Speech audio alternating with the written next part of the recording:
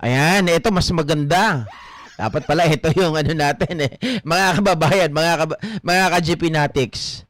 Siguro wala pang nakakarinig ng kwento na ito. 'Di ba? Road to My Mansion Anomaly Part 2. Mga kababayan, ito pong anak ni Bebot Alvarez. Mga kababayan, ang kanyang panganay ay ibinuking ang kanyang ama na kung saan po mga kababayan ay meron pala itong 22 hectares na ipinagawang mansyon para sa kanyang jubet. So, kung sino ang kaibigan mo, sabihin mo sa akin and I will tell you who you are. Magkakadikit nga ang bituka nila Digong Duterte at ng mga Duterte. Lahat mahilig sa laman. Pakinggan nyo to.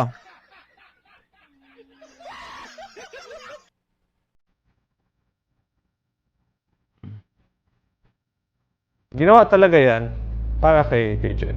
Mhm. Yung girlfriend ni Papa, ni Kong Bebon.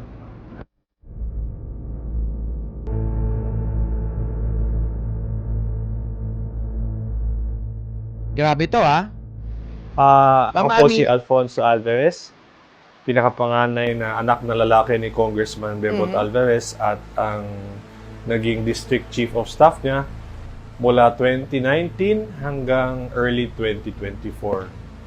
Actually, yung Road to My Mansion, medyo isang bagay na nakakahiyang aminin, di ba? Na totoo, pero andyan na nga, no? Pinagawa niya ng mansion si Jen Maliwanag, yung Nako. girlfriend niya. Pinangalanan, Jen Maliwanag. Botanical, no? Ang nagpagawa nun, si Kong. No? Aha. Naka-acquire siya ng parang 20 hectares na property dito. Oy! 22 hectares parang kay Kibuloy, mga kababayan Ilan yung kay Kibuloy? 30 plus hectares? Ito 22 hectares. Tapos doon niya Grabe, pinatuloy yung mansion ni Jen.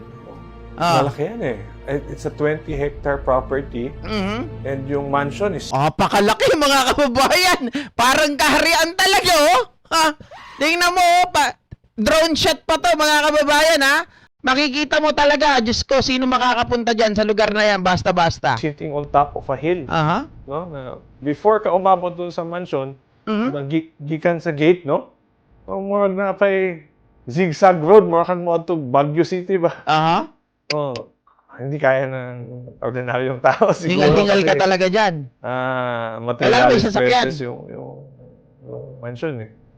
Lahat ng mga class A na magandang kahoy, mga materialis. Alam ko nga, sa malaki pa ni Jen noon na yung bintana daw, parang imported pa eh. Binuking Sa somewhere, sa Thailand pa yun. Kalimutan ko, basta imported.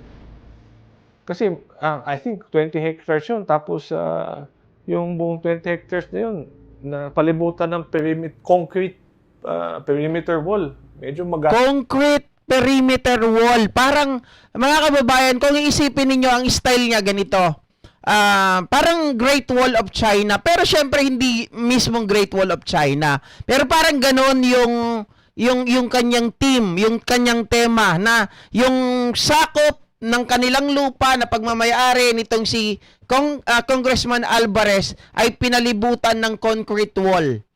'Di ba? So parang ganoon. Ito, hindi pwedeng lumagpas, yan pagmamayari namin, yan 'yon.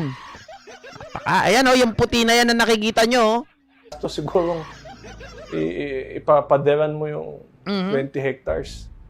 Kalsada pa, pinakoncrete mula sa baba sa highway paakyat dito sa mansion mismo. Okay. Pero alam ko pera ng government yung ano. Yun, mga kababayan, pera daw ng gobyerno yon. Anak mismo ang nagsabi, naku po, congressman, bakit kaya mga kababayan, saan kaya? Pera daw ng gobyerno Saan kaya particular na pera ng gobyerno nang galing ang pampagawa dito sa mansion na ito? Yung ginamit pa, yung mula sa baba paakyat doon sa bahay niya. Sinabihan niya yung contractor na idiretso na doon sa bahay niya yung kalsada.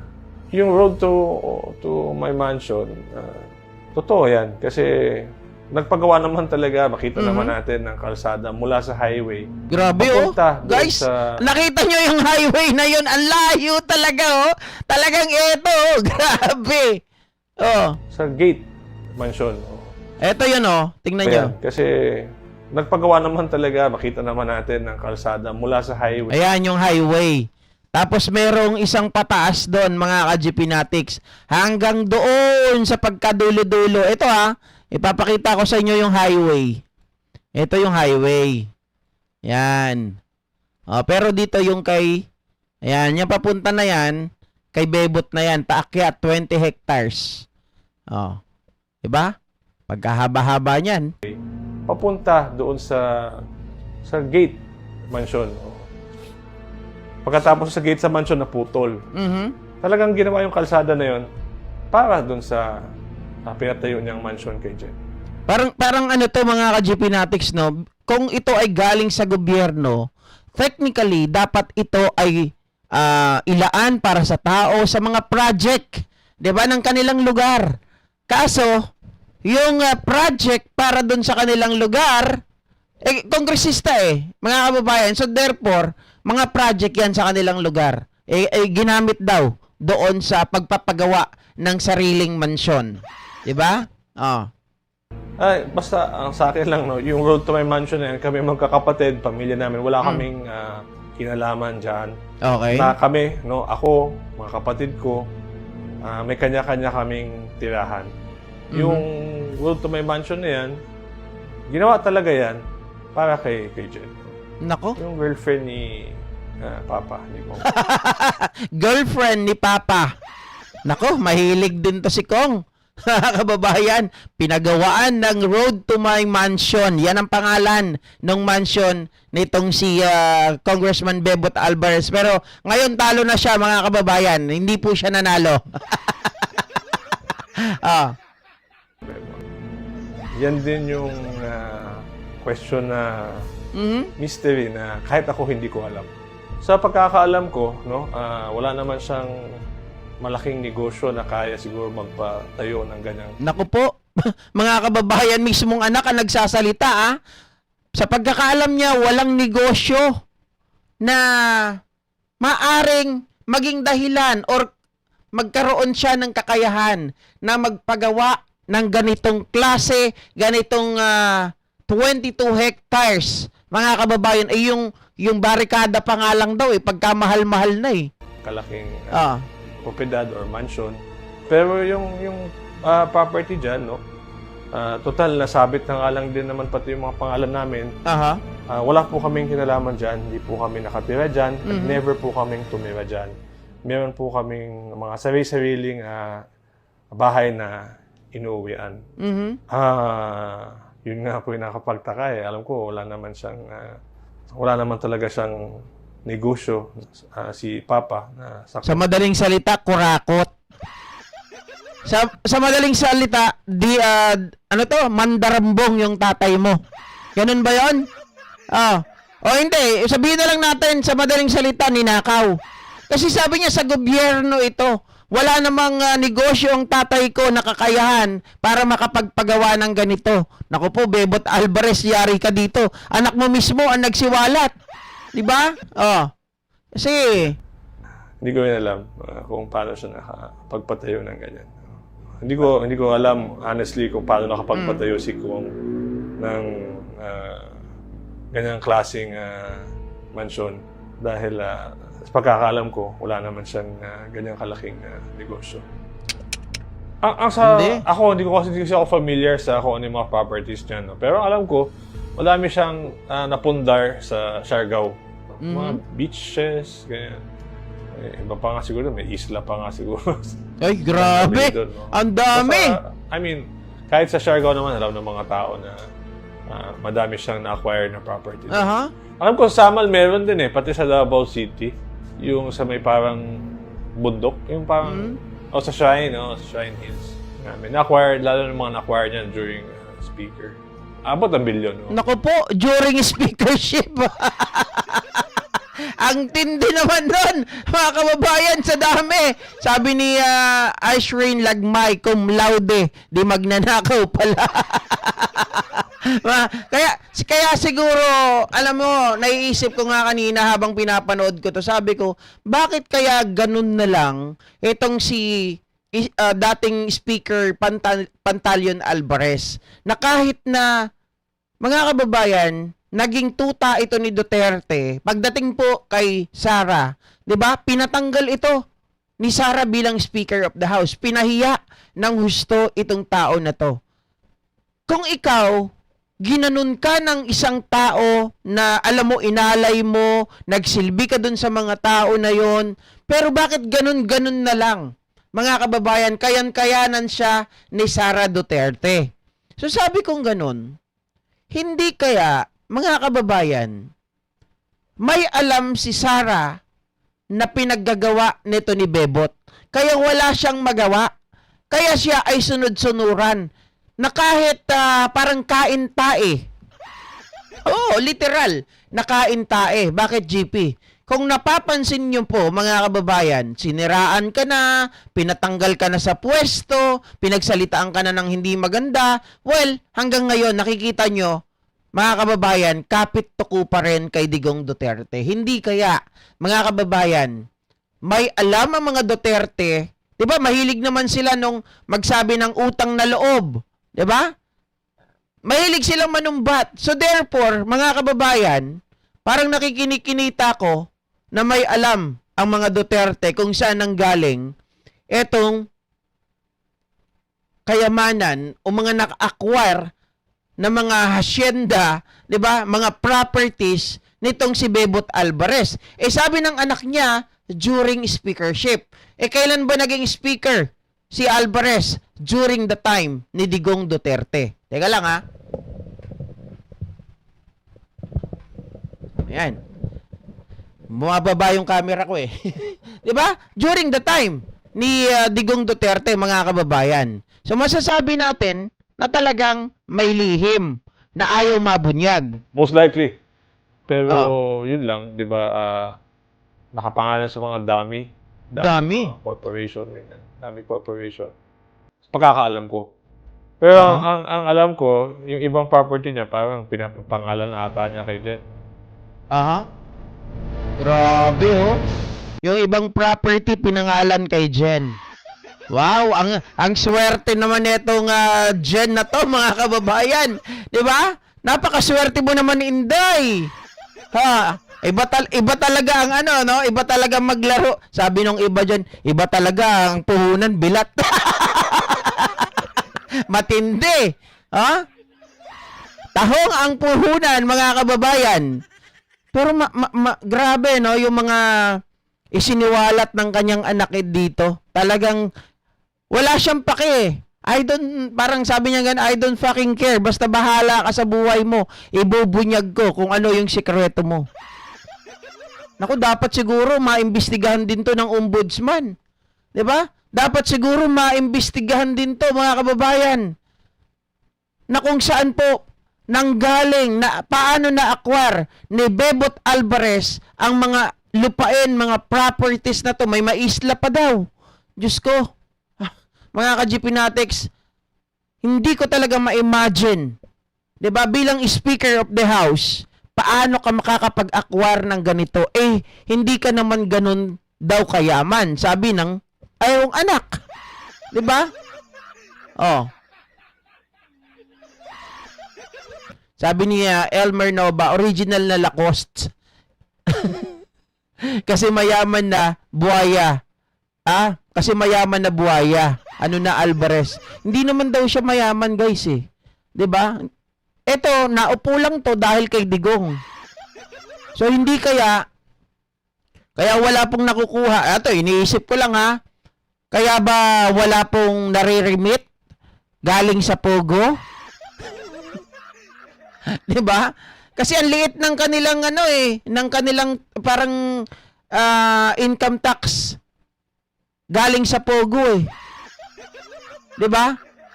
Biruin nyo yung 6 na taon nila compare lang sa 2 taon nang nakolektang taxes. Sa pagkakaalam ko compare sa 6 na taon, yung nakolekta ni PBBM sa Pogo noon ay 2 taon lamang. Eh, saan napunta yung yung halos 4 na taon na parang nawawala? Oh, di ba? At kung totoo yung kanilang mga iba pang mga, alam mo na, yung mga itim, yung mga illegal na gawain, baka doon ang galing. Diba? Bukod doon sa sinasabi ng kanyang anak na ito ay pera ng gobyerno. Pwede rin kasi, hindi galing sa pogo, hindi galing sa dirty money, o diba? Pero galing doon sa pera po ng distrito or galing sa gobyerno na dapat ay project ninyo dyan sa Davao. Pero iba po ang nakikinabang, kagaya po ng taong ito. Well, hindi ako nagsabi nun mga kababayan binibigyan ko lamang ng additional na pagpapaliwanag yung binibitawan ng kanyang anak. 'Di ba? Na kung saan po mga kababayan, mismong kanyang anak ay nalilito na. Paano ka naka-acquire ng ganyan? Wala ka namang negosyo na gano'n na pwedeng makabili ng mga ganitong mga bagay. So, sabi ng anak niya, ako ay naniniwala ito ay pera ng gobyerno. Pero, mga ka-GP Natics, ang tanong, may ganito. 'Di ba? Pero, bakit hindi ito naimbestigahan? I believe itong video na to ay medyo hindi, kasi nakita ko siya 6 days ago. Pero parang ni-repost na lang din mga kababayan. I don't know kung ito ay ni-repost o bago lang talaga. Pero yung pagsisiwalat kasi na to ay hindi naman natin nakita sa social media before. Ngayon lang natin nakikita, 'di ba? Hindi na imbestigahan ito. Bakit kanyo? Panahon ni Digong Duterte, mga kababayan, kakampi niya si Bebot Alvarez, pinatanggal ito bilang Speaker of the House, pinalitan. Dahil pinatanggal ni Sara Duterte. Pero ngayon, magkasama pa rin sila ni Digong, 'di ba? Dakilang supporter to ni Digong dakilang Julalay. 'Di ba? Gusto pang ihiwalay ang Mindanao. Mga kababayan, siguro kaya gustong ihiwalay ang Mindanao para hindi makita itong kanilang mansyon at mga properties. Pero bakit nga GP hindi naiimbestigahan kasi? Kaya hindi naiimbestigahan ang ombudsman, mga kababayan, na siyang tumitingin po, 'di ba? Sa mga politiko ay parang nakapiring. Alam nyo naman na yan ay tao appointed ni Digong Duterte.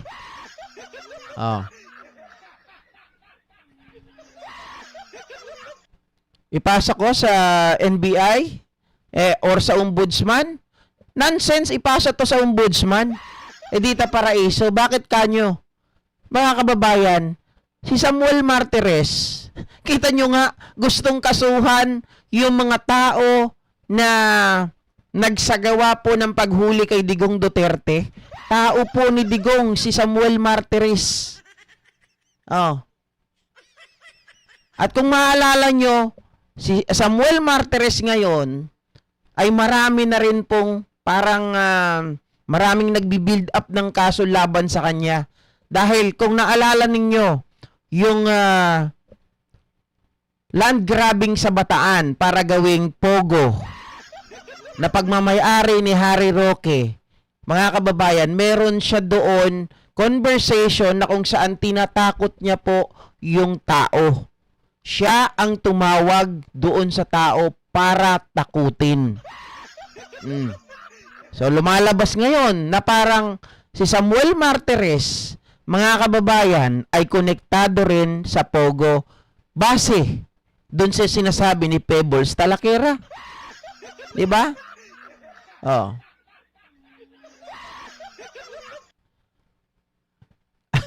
Tama ka, Ayo, pag DDS talaga engot. Amo na sila. Wala tayong magagawa diyan 'di ba? Pag DDS talaga engot. So sana may sumagot dito, no, mga kababayan. At sana sabi ko nga po, maimbestigahan din ito. Total, ilang buwan na lang naman may 1.5 na lang ata.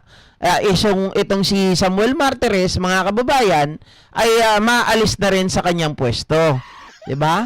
Dahil tapos na po ang kanyang termino sa makatuwid, di pwede na rin siyang imbestigahan. Pwede na rin siyang kasuhan. wala naman siyang wala naman siyang immunity from suit. Ang problema, mga kababayan, dahil siya nga ang nakaupo, alam niyo naman ang impluwensya. 'Di ba? O tinanggap naman namin ang resulta, Mikoy Romero ah. Sino ba nagsabi na hindi namin tinanggap? Hindi na nga namin pinag-uusapan eh. 'Di ba? Sabi ni Ma'am Allen Arsena, Sir, si Samuel kaya may tagong yaman din. Malalaman natin yan once na, hindi na po siya nakaupo bilang ombudsman.